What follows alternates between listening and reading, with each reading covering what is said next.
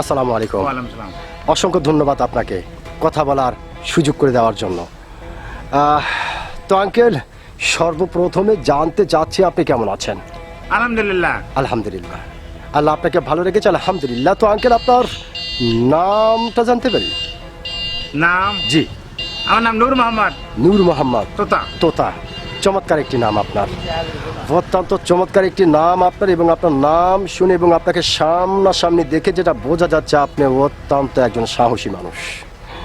এটা কিন্তু আপনাকে দেখেই বোঝা যাচ্ছে। তো আঙ্কেল, যেহেতু আপনি অত্যন্ত একজন সাহসী মানুষ, সেক্ষেত্রে একটি বিষয় আপনার কাছ থেকে জানতে চাচ্ছি। বলেন। বিষয়টি হচ্ছে এই যে আমাদের বাংলাদেশের সাবেক প্রধানমন্ত্রী শেখ হাসিনা, উনি এখন ভারতে রয়েছে এবং ওনার বিরুদ্ধে যে মামলার রায় ঘোষণা হয়েছে, সেই ক্ষেত্রে শেখ হাসিনাকে নিয়ে বাংলাদেশের বিভিন্ন মানুষ বিভিন্ন ধরনের কথাবার্তা বলতেছে।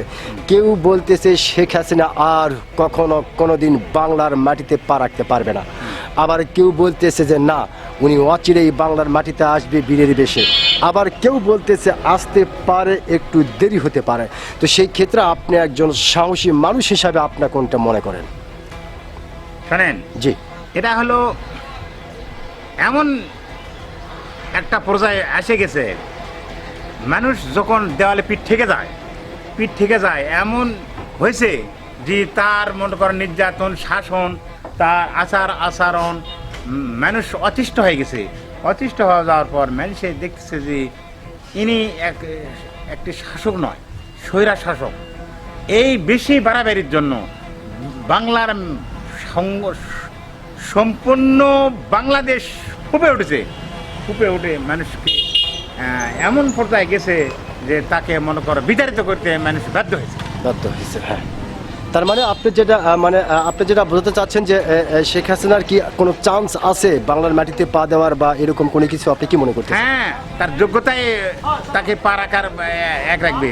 তা কিরকম কর্ম করেছে, কি করেছে, দেশের মানুষের জন্য কি সেবা করেছে, দেশের টাকা মনে করে বিদেশি লুটপাট করে নিয়ে গেছে। মানুষ এখন দেখতেছে যে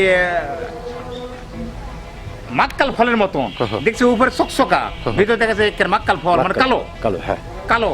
তো এখন জনগণ দেখতেছে না, এই শাসক যে করেছে তাতে ইনি এই বাংলার মেরে তার শাসন করার তার কোন আর চান্স নাই বা অধিকার নেই। অসংখ্য ধন্যবাদ আপনাকে আঙ্কেল। আপনি যে সত্যিকারের একজন সাহসী মানুষ, আপনি কিন্তু আপনার সাহসিকতার পরিচয় দিয়েছেন। আপনি যে যেটা বোঝাতে চাচ্ছেন যে উনি যেই শাসন ব্যবস্থা বা উনি ক্ষমতা থাকাকালীন যেই কাজগুলি করে গেছে, তাতে করে ওনার আর চান্স নেই বাংলার মাটিতে শাসন করা বা পা দেওয়ার। অসংখ্য ধন্যবাদ আপনাকে। আপনি যে সত্যিকারের একজন সাহসী মানুষ, আপনি কিন্তু আপনার সাহসিকতার পরিচয় দিয়েছেন। অসংখ্য ধন্যবাদ আপনাকে।